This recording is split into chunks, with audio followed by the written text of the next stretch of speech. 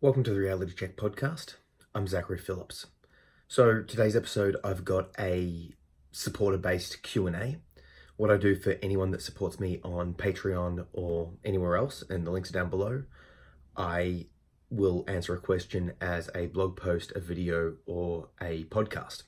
So I've got a few questions here that I'm going to talk about and address, just as a way to say thank you for supporting me. Just very briefly. All of the stuff I'm doing here obviously takes a lot of time to record and upload and edit and respond and all that sort of stuff. I'm doing it as a passion. I'm doing it because I want to spread the message of mental health advocacy and support and give people the information that I wish I had growing up. However, with that, it does take time, and that time costs money in the sense that I could be doing, real work, quote unquote. So if you're enjoying what I'm doing here and you want to support, click the link down below and you'll be taken to a 1-minute video. That 1-minute video will give you a bunch of different options of how you can support this, the podcast, the videos, all the stuff I'm doing. So check it out. So the first question relates to a desire for natural techniques for combating depression. So for me personally, I can only speak to my own experience as well as what I've read that works for other people. But for me personally, exercise. I like to cap my days with exercise. So an ideal day for me goes, I wake up and in the morning I'll do a weights/run session. And at nights I'll do a Brazilian Jiu-Jitsu martial arts session. And, the weights or running is one sort of training. The Brazilian Jiu-Jitsu is quite intensive and physical. That's another sort of training. But for me, I like to cap my days with exercise because, a couple of reasons. One, it feels good to know that you're doing something good for yourself. Two, exercise releases good feeling endorphins, chemicals in your brain that make you feel good. And three, when you start to see the changes in your body, you feel great because of that. And when people start complimenting you, being like, oh man, you look a lot fitter, you look a lot healthier, you seem to be XYZ, you feel good. So for those three reasons, 100% exercise. I would also strongly suggest mindfulness meditation. I'm going to talk about it a little bit later for another question, but I've released a course on how to do meditation for mental health. I'll get back onto that as an answer to a later question, but meditation, 100% get onto that. I do that the first thing every morning. So I wake up, get myself ready, sit down for, I think I'm doing about 15 to 30 minutes-ish each day. And then I do my exercise, and it really does help. So I'll address that in the later question. More natural techniques, therapy. Okay, just therapy, if you think about it, like psychological therapy is literally just talking to someone. It's saying, hey, I'm feeling this way, can you give me some help? And the psychologist, who's an expert, says, sure. And they listen and they say, well, if this is the case, you should do that, or you should try these different things. A psychologist was one of the ones that put me onto the concept of mindfulness meditation to help me. A psychologist suggested that I write down my thoughts or how I'm feeling on a page, and now writing therapy is a massive thing, and that's the next thing I want to talk about. So speak to a therapist because they can help you through your own issues depending on what they are. And this doesn't just apply to depression, it applies to everything. Get some therapy, listen to their advice, and try it. And if you're finding that it's not working or you don't like your therapist, they're like teachers. Some of them are great, some of them are terrible, some of them you'll love, some of them you'll hate, and some of them would be good for someone else but not for you. If that's the case, shift off, find a new one, but don't give up on therapy itself. Final thing for a natural technique for combating depression in my experience is writing. I.e., get a page, get a pen, and write down how you're feeling, just free flow. If you like poetry, and I suppose this is any form of expression. For me, it's words, because I feel like words are sort of like, the magical way to express what you're feeling, but some people do dance or art or sculpture or whatever. I choose words writing therapy. The page just listens. It hears what you're saying and doesn't judge you. You can put down anything you like, and then you can throw that page out. So in that sense, if you're worried about the therapy, you can actually just tell everything to the page because it will listen to you. And a lot of the benefit that I find from therapy is just expressing it and getting it out. However, with therapy compared to a page, you actually get feedback from a trained expert. So I strongly suggest that. In terms of natural techniques for combating depression that are medicinal, it depends on what you define as natural.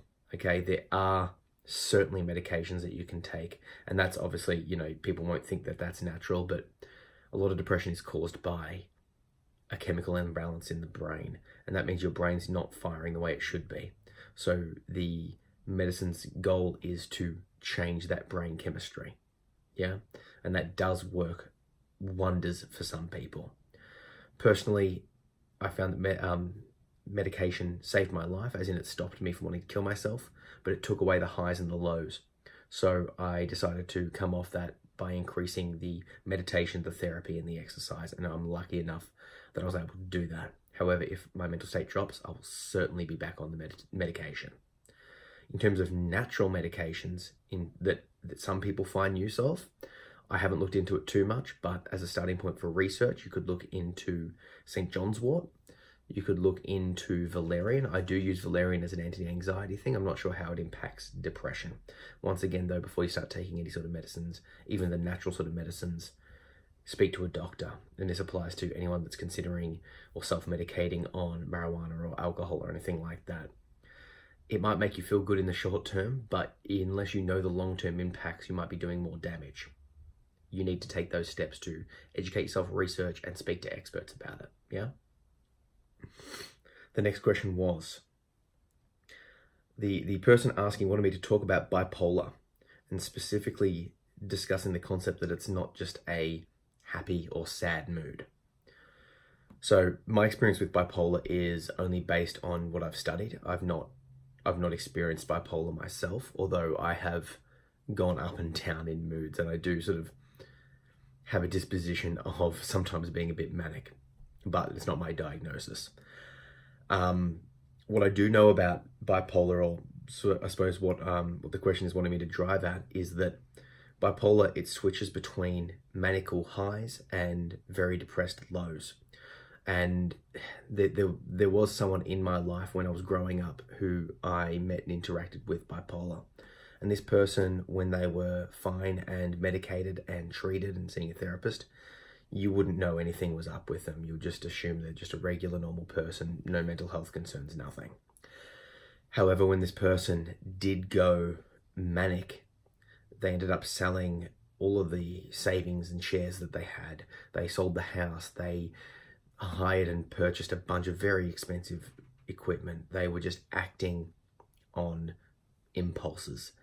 And then inevitably the manic state dropped, and this person realized they'd spent upwards of, I think, $150,000 in this manic state. And that manic state lasted, I think, about 2 weeks-ish. Obviously not ideal. The other side of the bipolar is depression, and this is just as strong as regular depression, which I previously spoke about. The problem with bipolar is I think that people will be, when they're on a high, or if they're sort of climbing up, they'll start doing more and more and more and more, and thinking they can take on more stuff, they can get more stuff done, they're taking on more responsibilities, and then they crash. And obviously you can't dictate where those highs and lows go. The best bet is obviously, once again, professional therapy. I'm not familiar with the medication options for bipolar, but I know they exist and I know they work. So if you're struggling with bipolar, or if you think you have bipolar, get yourself checked out, see a psychiatrist or psychologist, and say, hey, what can I do? Yeah, and they'll give you strategies, both to recognize when you're going up or down, and also how to manage when you're going up and down. And they're two separate things oftentimes. I know from personal experience, sometimes it's hard for me to recognize that I'm going to be, or I'm falling into depression or anxiety. I just block it off. So learning the symptoms, or learning the pre-symptoms to those issues, has done wonders for my mental state, in the sense that I'm able to see it coming now and take preventative steps. And I'm sure that there's similar things that you could do from a bipolar perspective. So, next question. Basically the question is what are you working on now? What projects are you going for? So there's two things. The first one is, as I mentioned before, the meditation course. I'm starting on Skillshare. Skillshare is a website that basically, if you sign up, you get access to thousands and thousands of courses taught by a bunch of different experts. I think it's about $20-ish per month. It's amazing. I'm using it to learn myself different writing, sort of how to write characters in, and a whole bunch of skills that I want to learn.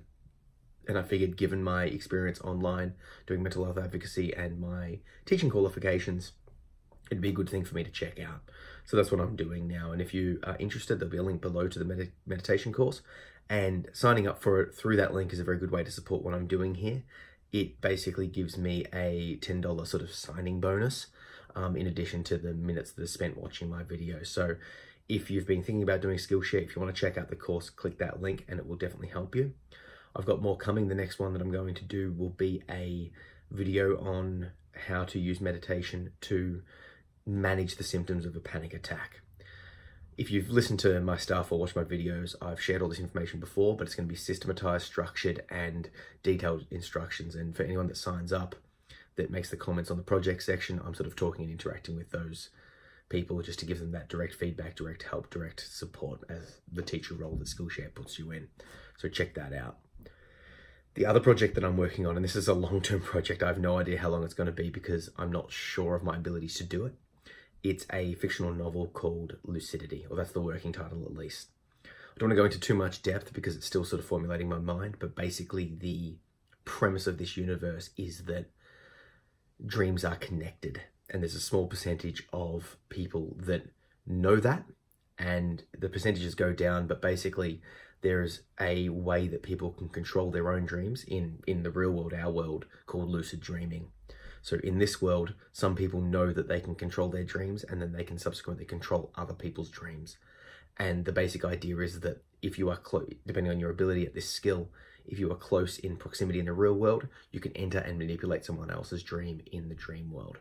And that's the sort of the world building aspect. And I've got a background sort of character development and story and plot and all that sort of stuff. But like I said, with the Skillshare courses, I'm learning how to write a bit better, and I'm just practicing. I've got on my wall a bunch of different things that I'm talking about the plot and all the different stuff and taking notes, and it's just like I said, a work in progress.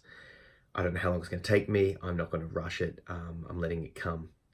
There's something about fiction authors that really appeals to me. In a sense, they're creating a universe with different rules and different ideas and different characters, and then pressing go, and they're sort of writing down and watching what's happening. That whole process appeals to me, and when I can get more time to do it, I'm just really trying to learn and then really trying to output that. So I can't wait to bring that to you. It's, like I said, I'm not sure when it's coming, but it's a slow burner on that one. Final question. What scares me? There are little things in life that scare me. For example, I'm not that good with heights, and I'm not that good with swimming in water. However, those sort of answers seem a little bit superficial to what my real instant answer is, which is regret scares me. I've lived a lot of my life growing up with my father in sort of just survival mode, surviving what was, the actual life circumstances that I was dealt. Then once I sort of escaped that and moved out of home, I was dealing with surviving off, low income, low money, low skills, getting myself through school. So I was in that survival mode. After that sort of phase in my life, I was then left to deal with the mental health ramifications of the past. And sort of now in the past sort of 3 to 5 years, I've really started living.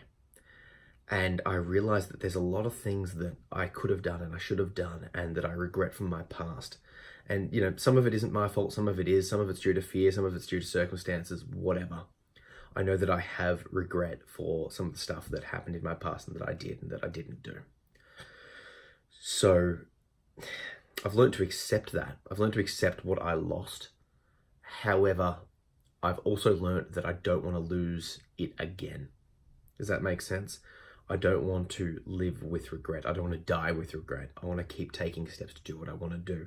And that's really the motivating factor that I've really found for my books and creating the books that I've released and the podcast and all of these courses and going down the martial arts path and everything that I'm doing.